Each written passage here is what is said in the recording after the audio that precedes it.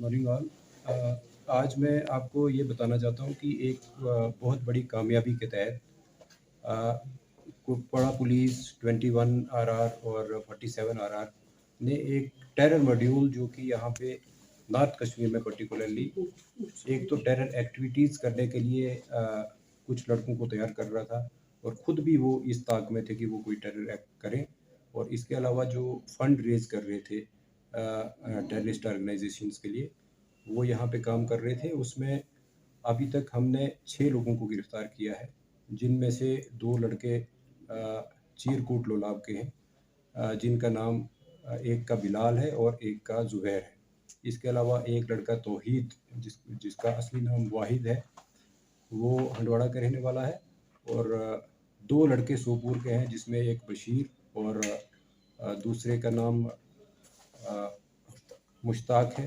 एक लड़का जो है जावेद, वो सिंहपुरा पट्टन का रहने वाला है। मैं ये बताता चलूँ आपको कि एक बड़ी एक सीक्रेट इन्फॉर्मेशन जो हमें मिलती है, उसके हिसाब से 21 आरआर और कुपवाड़ा पुलिस ने बिलाल को उस वक्त पकड़ा कि जब वो कहीं एक कंसाइनमेंट लेके जा रहा था, और उसको नतलूसा के पास वहाँ पे गिरफ़्तार किया गया। उसके बाद उसके ही कन्फेशन पे और उसके डिस्क्लोजर पे ये बाकी साथी जो हैं उसके पकड़े गए हैं। ये सारे लोग जो हैं, ये एक इस्लाही रिलीफ ट्रस्ट जिसको तौहीद, जो वाहिद जिसका नाम मैंने बताया हंडवाड़ा का है, वो हैंडल कर रहा था, और इसके ज़रिए वो एक तो फंड जो है वो रेज़ कर रहे थे, सीक्रेट मीटिंग्स करते थे, और जहाँ पे ये डिसाइड करते थे कि किस-किस को इसमें शामिल किया जाए, ताकि वो इनका नेटवर्क जो है वो और फैलता जाए, और किस तरीके से टेरर एक्टिविटीज़ को यहाँ पे बढ़ावा दिया जाए। इसके साथ-साथ मैं ये भी बताता चलूँ कि कुपवाड़ा के जो पाकिस्तान बेस्ड हैंडलर्स हैं, जिनमें जनरल अब्दुल्ला जिसका असली नाम गुलाम रसूल शाह जो हयामा का रहने वाला है वो, और एक मोहम्मद सुल्तान पीर जो कि वो भी हयामा का रहने वाला है, और इसके साथ-साथ और भी टेररिस्ट हैंडलर्स जो हैं, वो इन लड़कों को हैंडल कर रहे थे और यहाँ पे टेररिज्म को दोबारा से रिवाइव करने की कोशिश कर रहे थे।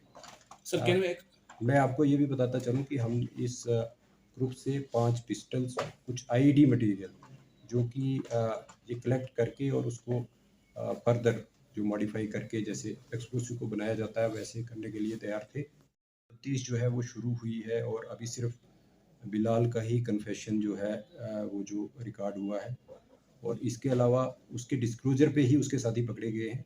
अलबत्ता उनके जो साथियों की और फर्दर जब तफ्तीश होगी तो मुझे उम्मीद है कि और भी अरेस्ट इसमें होंगी और भी रिकवरीज होने के पूरे चांस हैं। ये नॉर्थ कश्मीर में मिलिटेंसी को बढ़ावा देने के लिए एक नई कोशिश कर रही थी, जिससे पुलिस और फौज मुश्तरका तौर पर जो है। देखिए, आप इसी बात से अंदाज़ा लगा सकते हैं कि लोलाब से, फिर हंडवाड़ा से, फिर सोपूर से, और फिर बारामूला पट्टन वाले इलाके से अगर यूथ मिल के एक नेटवर्क क्रिएट कर रहे हैं, तो ज़ाहिर सी बात है कि नॉर्थ कश्मीर में ये मिलिटेंसी को रिवाइव करने की कोशिश थी। और मैं ये भी बताता चलूँ कि क्योंकि इंस्ट्रक्शंस यहाँ के जो लोग पाकिस्तान बेस्ड जो टेररिस्ट हैंडलर हैं वो दे रहे थे, तो इसमें ज़ाहिर सी बात है कि ये मिलिटेंसी को यहाँ पे दोबारा फैलाने की कोशिश कर रहे थे और दोबारा उसको रीएक्टिवेट करने की कोशिश कर रहे थे।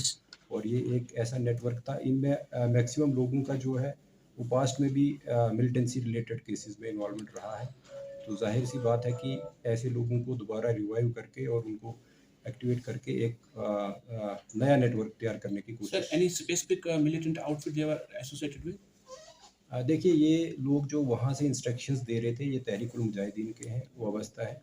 अलबत्ता यहाँ पे देखिए, आजकल टेररिज्म में वो भी नहीं रहा है। मैं आपको ये भी बताता चलूँ कि जो नए तफ्तीश हो रहे हैं उनमें डिफरेंट टेररिस्ट ग्रुप्स का एक साथ ऑपरेट करना भी सामने आया है। और अभी क्योंकि तफ्तीश मैंने बोला कि इब्तदाई मरहले में है, आगे क्या-क्या किस ऑर्गेनाइजेशन का कैसे नाम आता है, वो अभी मज़ीद शेयर करना बाकी है।